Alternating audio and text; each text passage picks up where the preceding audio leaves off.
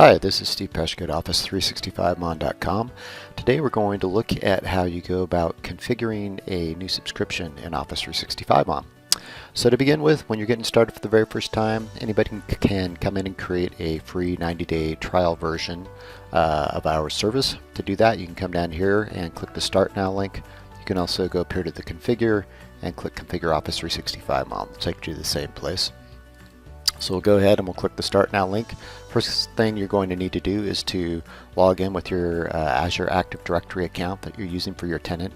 The first time you do that, it's going to ask you for permissions to go ahead and connect to your account with our service so that we know who you are, and that's how we keep track of which subscriptions you have.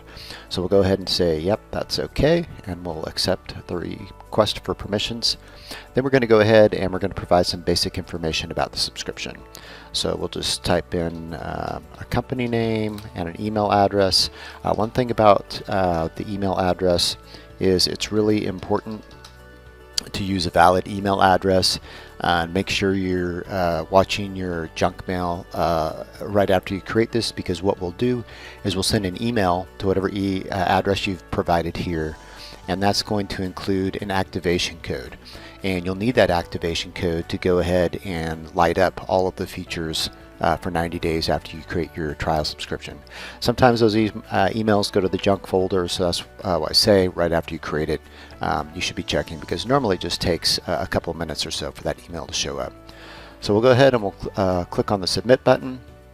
It's telling us now that they sent us an email with an activation code, that we can turn that on so we keep track of when you have an activation code that's available for you to use.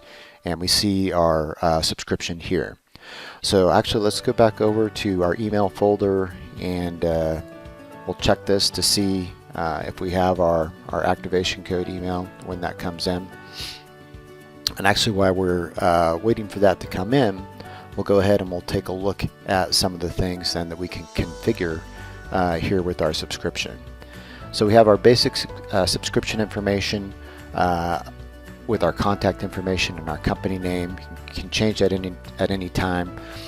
If you wanted to create another subscription, there may be cases where you want to create multiple subscriptions. For example, you may have your mailboxes for Exchange Online spread across multiple data centers, and so typically we would say you want to be monitoring at least one mailbox in each data center where you have mailboxes. So what's really nice that you can do for that scenario is you can fill out this information here, like your subscription admins, your notification info that we'll talk about in a second, and then you can just click on the Copy Subscription button. It'll create a new subscription for you. It'll have all of the same subscription admins and contact information, so it makes it really easy for you to set a template for the subscriptions that you want to have and then just start working through them. So on the subscription admins, you can add as many individuals as you would like to be admins. On the subscription, these accounts don't require any sort of special rights inside of Office 365 itself. In fact, technically they don't even require a license to Office 365, because these accounts just have rights to administer the Office 365 Mon subscription. So we'll go ahead and we'll just type in some additional names here. The other thing that's nice about this is that you can add accounts from any other Active Directory tenant. So for example, if your organization outsources some of its support, then you can add accounts from other tenants as well. So we'll add one here from a completely different tenant. There's nothing you need to do to enable that in terms of setting up trust or anything like that. Really all you need to do is just add the UPN for the users that you want to be admins, and the rest of it just works.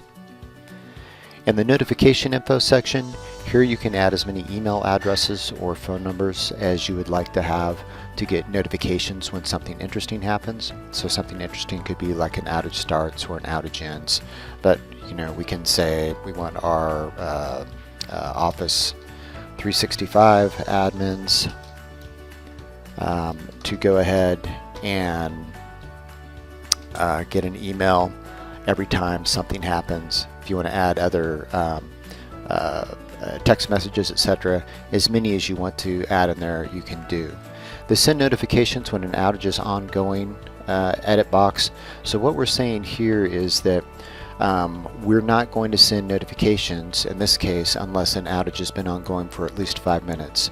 And that's the default value that we use, because a lot of times we find that there are short, really kind of transient issues that you see when you're monitoring the service that are just like one-time blips that happen every now and then, every few weeks or whatever. And so we really want to make sure that when when you get a notification, that it's a real actual outage that's going on.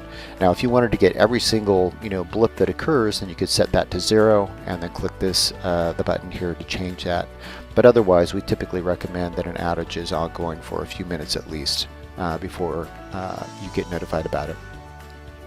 If you want something more sophisticated than that, we also have a webhook feature.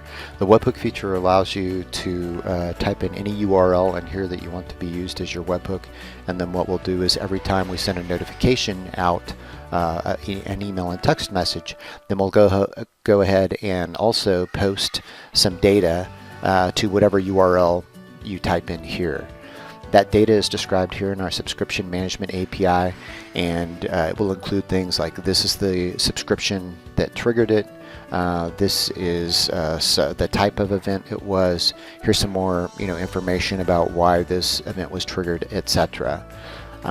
You can go as sophisticated or as simple as you want with the webhook. So for example, if you wanted to do something more sophisticated, then you could create your own REST application like in Visual Studio or something like that, and put it out there and then plug the URL to it here, and then we'd post the data to it, and you could parse it out based on how it's defined here, and go ahead and act upon that. At the other end of the spectrum, if you want something less sophisticated, we also have a YouTube video here and a blog post here that describe how to integrate our webhook with the Microsoft Flow workflow. So Microsoft Flow is something that all Office 365 users are licensed to use, and it's just a point-and-click workflow that you can use to connect up to our webhook. And then if you're using a webhook, you can see we have a whole different series of events that we fire notifications for. So as you're building your webhook, you can look at these different scenarios, click test here to go ahead and try and or to simulate one of these events for your particular webhook, so you can develop your webhook and see how it works. So that's how the top part of this works. It's just information about managing, who can manage and who can get notifications for the subscription. The bottom part is where we're going to configure what it is we're going to be monitoring with the subscription. And so to show you that, I'm actually going to transition over to another existing subscription that we have, so you can see how that part works.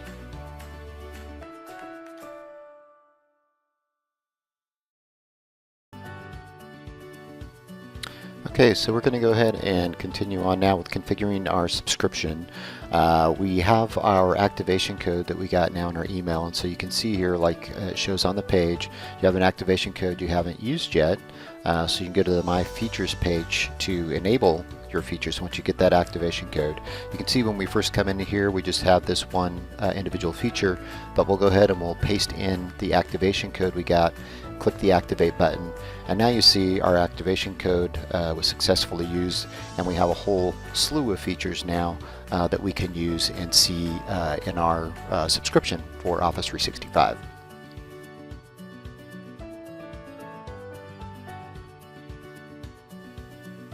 Okay, so now we're going to go ahead and look at how we do the rest of the configuration for our cloud resources in Office 365Mon. So in the section we're looking at now, you see these different types of services that we monitor. In here we're doing tenant level monitoring, and we'll explain what that is in just a minute. But as an example, for SharePoint Online, you can see here we have a SharePoint Online site, the URL to it. I'll just go ahead and click the update button now so you can see how it works. You'll see the browser flash for a moment and then come back to the page. And that's really all you need to do to get started. So if this was the first time that we'd ever done this, then we would have begin to start monitoring this SharePoint site within the next minute or two. It's important to understand, though, what it is we're doing behind the scenes there. So when we click the update button, the browser gets redirected over to Azure Active Directory, and it hands us an access token. And that access token is how we're going to connect to these resources that we're monitoring for you. And so that means a couple of important things. First off, since we're only using Azure Active Directory, it means we never store your username, we never store a password, we never have any credentials stored in our site. In fact, we don't store any of your data in our site whatsoever. The other thing that's nice about that, since we're only using Azure Active Directory, it means that any other security measures that you're using for your Office 365 users will just work with our service. So for example, if you're using multi-factor authentication, that will just work with us. Or if you had an on-premise ADFS or Ping Federate server or some other identity provider, any of those things will just work with us. So once we go through this process, we have this access token, and then the way we use it from a monitoring perspective is that we issue what we call health probes. And the health probes are really just synthetic user transactions. And for this particular section, what we're configuring here, these are for health probes that we're going to be issuing from our cloud service, so a set of services that we have running up in Azure. And basically every time we issue one of those health probes or synthetic transactions, we use that access token that we got from Azure to be able to securely connect to that resource and execute that transaction.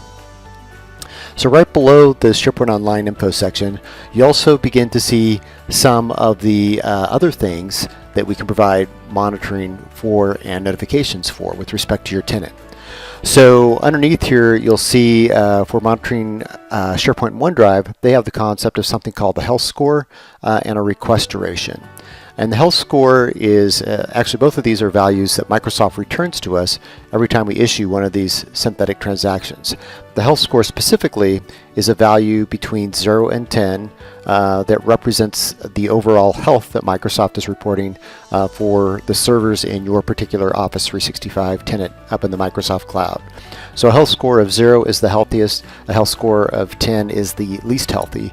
So you can see as an example here, we're saying if the health score in our tenant exceeds a value of 8 on any of these synthetic transactions, then send us a notification. So email, text, and webhook if we have that configured. Because that's going to let us know that we may be seeing some performance issues in our tenant itself, which may translate into our users calling our help desk and saying, you know, hey, Office 365 is slow or our network is slow. They also have, like I mentioned, something called a request duration, and that represents the time that it took our particular tenant to execute, to process that synthetic transaction that we issued. So here again, we've set an alert to say, you know, hey, if the execution time for our synthetic transactions takes longer than, you know, this many milliseconds, then again, go ahead and send me a notification about that. And then finally, what we're also able to do is we're able to extract out just the network round trip time part of any of these synthetic transactions that we're issuing here for SharePoint and OneDrive for Business. So we also allow you then here to say, okay, well, if the network time for these synthetic transactions takes longer than a certain number of milliseconds, then again, send us a notification. So the network round trip time as well, something worth pointing out here. It's interesting to an extent with these cloud-based probes because when we see really long durations, we know that there's some sort of congestion, network congestion going on up in the data center where this is running. But where it gets a lot more interesting is when you're using this with our distributed probes and diagnostics agent, which is actually the subject of another video. Because when we're looking at the network round trip time then of synthetic transactions, we're looking at it for these transactions that we're running from the different geographic locations where your users are at. So we can see network issues, network performance issues as it relates to Office 365 from any different location where you have users at. And that can be super useful to understand as well. The rest of these basically all work in the same or similar fashion. When we get down here to the very bottom, this Office 365 service info section, this is what we call service level monitoring. And so in just a second here, I'll explain the difference between it and the tenant level monitoring that we were talking about up above. So in this section, you can see there's a series of checkboxes, and each of these checkboxes correspond to a different status or state that any of our features in any of our Office 365 services could be in. And so what we'll do here, when you check any of these boxes, when any of your features in your subscription, Office 365 subscription, enter into any of these states that you have checked, then we'll go ahead and we'll send you a notification to let you know that. So again, email, text, and or webhook if you have it configured. Now, the thing that's important to understand, like I mentioned, this is service level monitoring, and what that means is these statuses are what Microsoft is reporting for the service as a whole. It's not specific to your tenant. So for example, you could be having issues in your specific tenant, but if it hasn't reached a critical mass where it's impacted enough tenants across Office 365, then they may not change the service status, in which case you'd be having problems, but you'd never know about it if all you were doing was just the service level monitoring.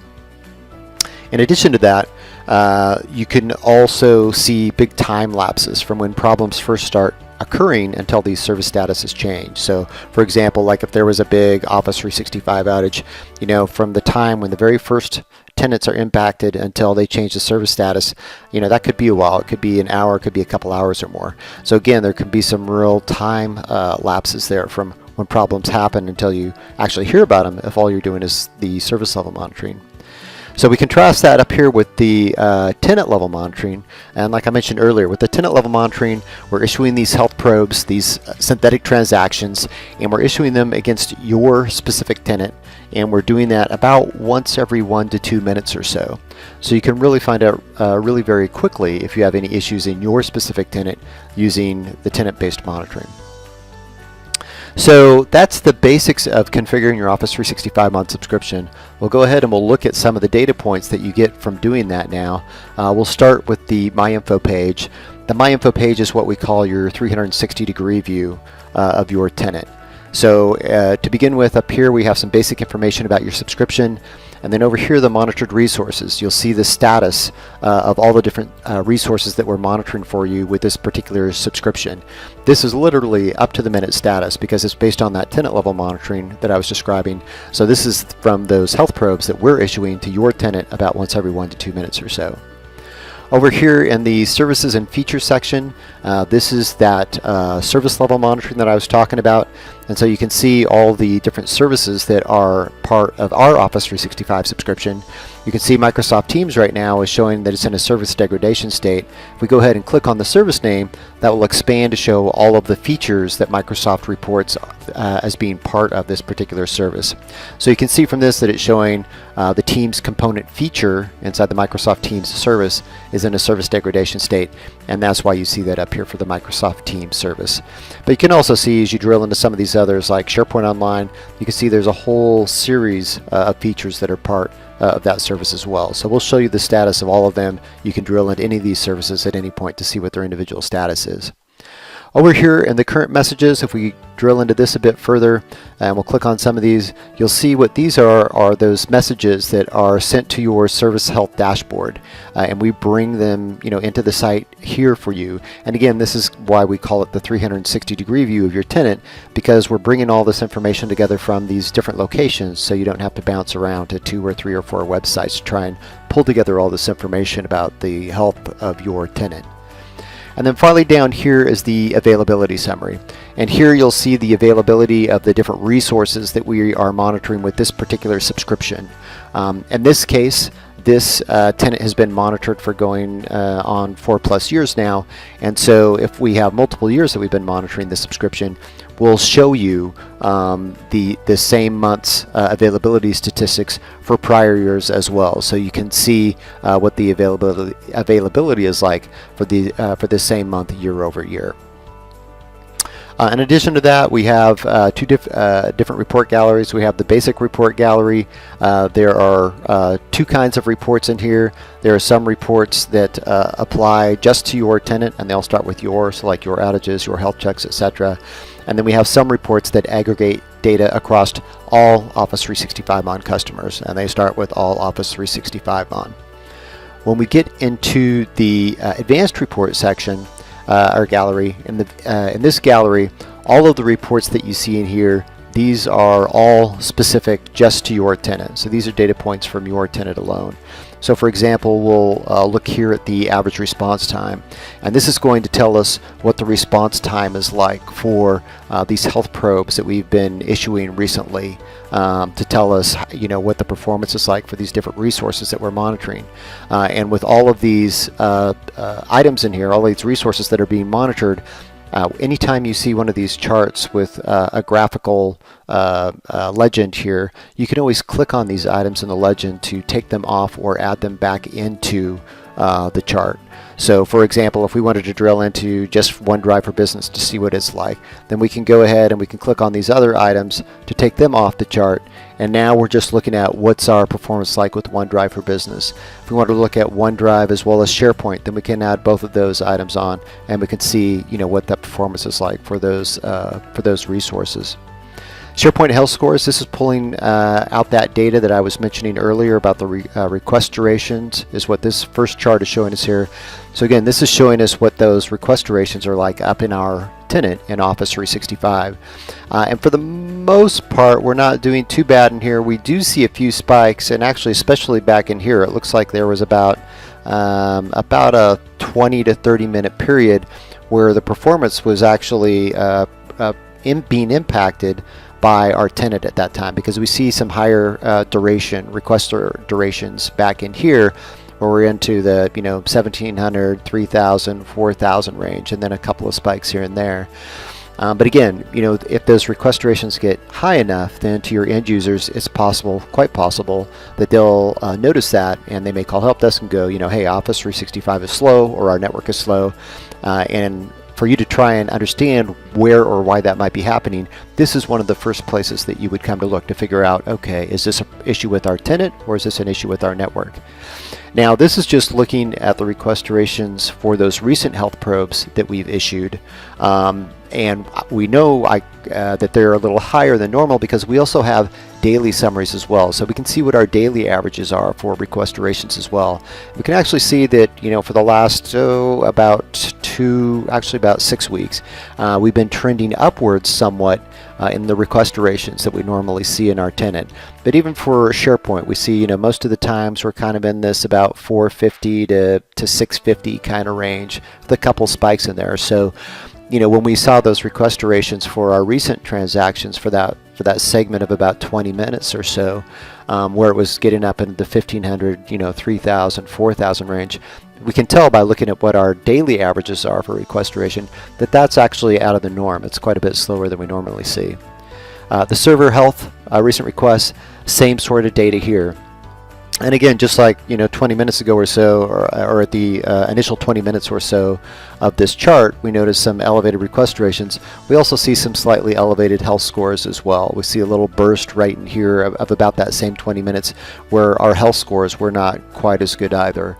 And that's pretty typical that you'll see an increase both in the request duration as well as the server health scores when the particular server farm that's servicing our Office 365 tenant starts to become under a form of performance duress. Then you'll see those values go up. So that's some of the information about the health scores. The SharePoint network time, this is going to show us again what that network performance for those synthetic transactions are like. In this case, it's showing us that data for both the cloud-based probes as well as our distributed probes. So in this case, since we're just talking about our cloud-based probes in this video, we'll go ahead and we'll take these other items off this data from our distributed agents, and we're just looking at the data now just from the cloud. So we can see what our network performance has been like for these synthetic transactions that we've been issuing. And overall, they've been really pretty consistent, we see in here. There's one outlier there, but over the last stretch of time, it's actually been really pretty consistent. And again, this is just our recent request. We can also go into the daily summary for it or the monthly summary for it as well to sort of see, okay, is the data that we're seeing now, is that, how does that compare to what we normally see? Are we in an out-of-band performance scenario that we need to be aware of and doing something about? The server and network performance is also interesting. In this case, though, we're just looking at data points that actually come from our distributed probe and diagnostics agent. But you can see how we break down, again, some of those performance metrics of what's going on in our server up in the Office 365 cloud versus what's going on in our network, so we can understand where there are performance differences between the two. So those are some of the different ways that we can use these data points that come with our Office 365Mon subscription. And that's the summary of how you use it and some of the reporting points that you get from it.